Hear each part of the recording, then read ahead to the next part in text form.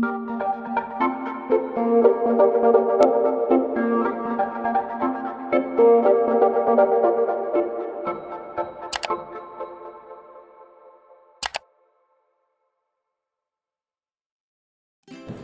umaga mga kapwa ko mag-aalaman.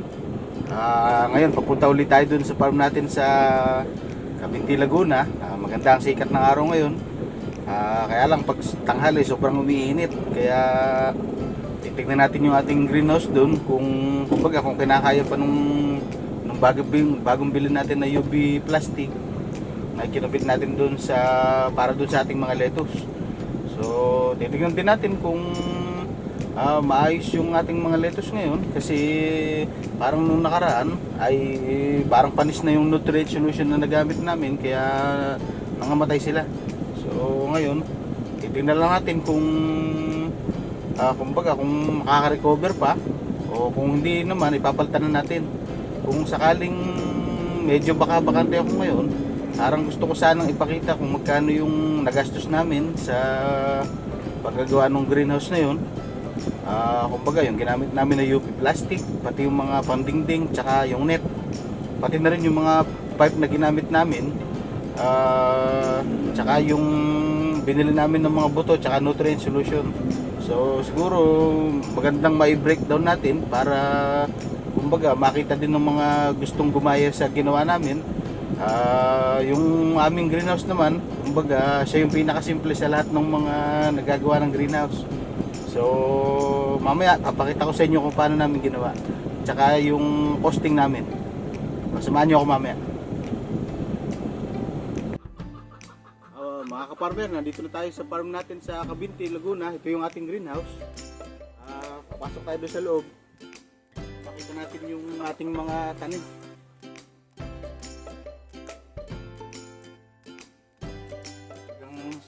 Wala na mga ka-farmer, talagang namatay na yung ating mga pinunla.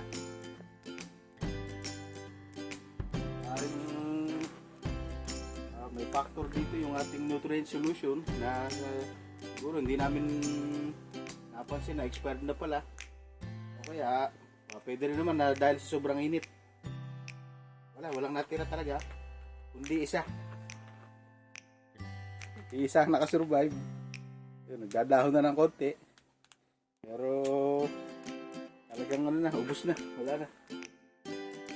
May mga bago na naman kaming punla.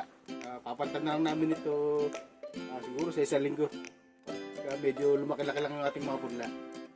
So ngayon, siguro maglilinis na lang muna kami ulit. Tatanggalin itong mga pinagtaniman na luma, yung mga namatayan na ng mga baso. Papalitan na namin itong mga tubig. Kasi hindi namin talaga yung nutrient solution ang nagka-problema, kaya nangamatay yung ating mga lettuce. So yun lang muna. So yun mga ka-farmer, iniwan na muna natin yung greenhouse kasi wala pa tayong magagawa kasi doon.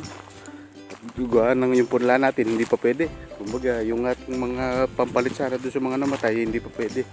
Kaya pupuntahan muna namin itong yung aming sahito kasi mukhang nagkakaproblema din dahil sa sobrang init, humihina supply ng tubig natin. Ngayon hindi kami makapagpalit ngayon ng tubig kasi nga wala kaming pagkunan.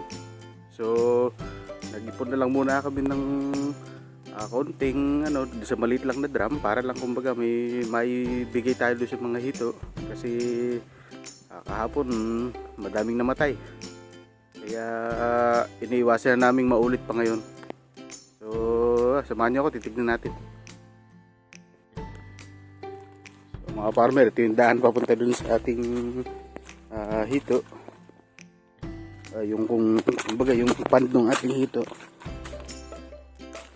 Ayun, yun siya. Yung kumakita nyo yung may habong na yun.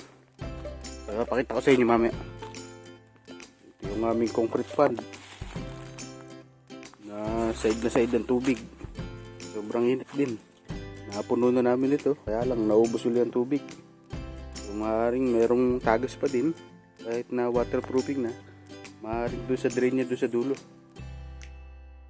So wala tayong magawa ngayon kasi walang tubig. So Ipapakita ko sa inyo yung mga hito natin. So ayan mga ka-farmer, daming namatay ng mga hito. Ito yung mga bagong bili natin, mga nakalutang na ano, mga patay na ito. Tanggalin na natin sila, ititira na lang natin yung mga nabubuhay pa. Yung medium size na may pagkain, medyo mga buhay pa naman dito. Ito yung malalaki, pero may mga patay na din. Talagang mahirap kapag nawawala ng tubig. So lilinisin muna namin to. So mga ka-farmer, tapos na tayong mag-asikaso ng ating greenhouse doon. Yung ating paglilinis, tsaka yung pagpapakain natin ng mga hito. So yun lamang muna may babahagi namin.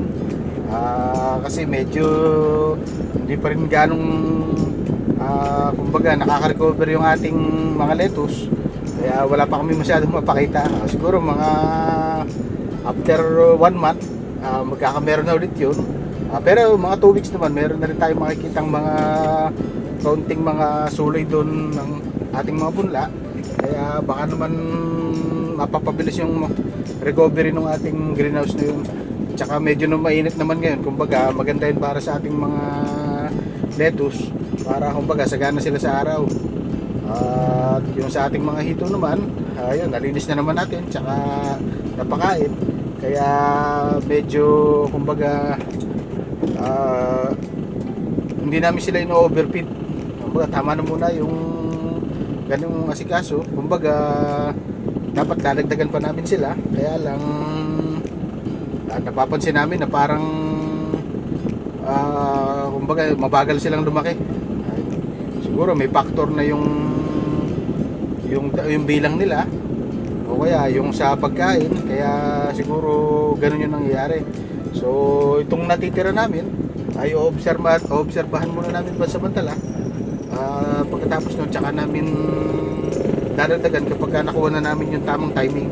So lamang muna sa kayo mga ka-farmer. Maraming salamat sa inyong panonood. Naway pagpalain tayo lahat.